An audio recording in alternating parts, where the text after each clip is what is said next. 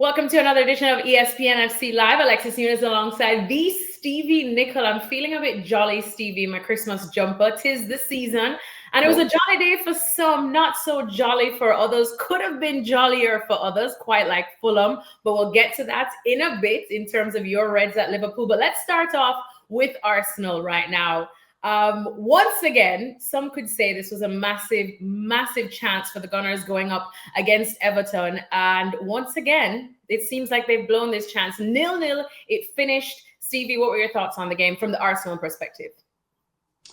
Well, I think in terms of the scoreline, the result, if you want to win the Premier League title, if you're playing against a side who are bang average, have been really poor away from home, have been struggling to pick up points away from home, and you can't get the job done, then yet again, you've put a dent in your Premier League title hopes. And it kind of seems as though it's a little bit of deja vu. Arsenal, over the last couple of seasons, have got themselves in positions. Now, they don't know what's going on at Anfield, but at the same time, all you can do is win your own games. And if you make sure you do that, then you keep yourself competing at the very highest level. And they didn't do it. Again, I said, against an Everton side who should be cannon fodder for anybody wanting to win the Premier League title. Didn't do it. Were they the better side? Yes, they were. But just good, dogged defending from Everton. Kept it tight. Didn't give any real clear chances. There were some half chances. Odegaard had a couple in the first half. Saka right at the start of the second half had a good snapshot that Pickford did well to save. But really, it was good defending and not particularly great play from Arsenal in the attacking third.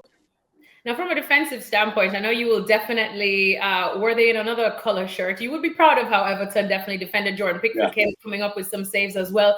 But I feel like we always knew that Everton were going to go to the Emirates and try and be compact at the back. They weren't going to go much at Arsenal. Arsenal were going at them. But are you surprised that the Gunners didn't necessarily have a plan B to kind of break them down there? We spoke yesterday about Manchester City and Pep Guardiola not wanting to stray away from his plan A, which is very similar to Mikel Arteta's plan A, considering they're from the same school. So you surprised that Arsenal couldn't find a way through, considering we all expected Everton to do what they did? Yeah, I don't think so much it's to do with what type of plan you have. It was always going to be what you said. Everton were always going to be sitting tight. And I think we should mention that, this Arsenal side who have been so praised about the set pieces, Everton showed everybody else today how you defend from corners. The goalkeeper came for things, punched them away. Tarkowski was fantastic. They really just did what you're supposed to do, and that is forget all the commotion around you, forget all the bodies running around. At the end of the day, it's about attacking the ball. And that's what they did. They Branthwaite as well. They didn't get carried away with the movement. They just saw the ball and they attacked it. And that's how you defend against Arsenal at set pieces. The one thing I would say, though, that surprised me was when Odegaard came off, and it was pretty early in the second half, and I'm thinking it must be an injury or he's feeling something, because he was the player on Arsenal's team that was picking little passes and picking little holes. As I said, he had a couple of decent chances in the first half. He put a super little ball through for Saka, whose cross just couldn't be finished off. And so when he went off, I'm thinking, I'm not so sure that's a good move. Yeah, exactly. Because considering we know exactly how Arsenal, I want to say, struggled in terms of creativity without Odegaard and how good they looked after when he came back.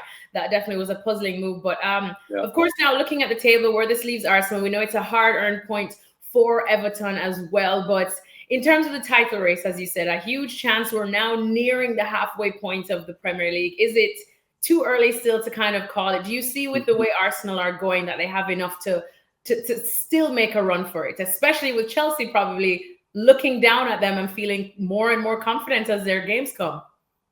Yeah, they're only 6 points off the top. And you saw what happened at Anfield today. Liverpool, depending on how you look at it, dropped points or gained a point, considering how long they played with 10 men. But the real point, if you're an Arsenal player or fan or coach or whatever your affiliation is that yet again, you have failed to take advantage of the top team slipping up. And you only get so many chances during the season, and you can't afford to let any of them go. But yet again, the big point here is Arsenal have let it go.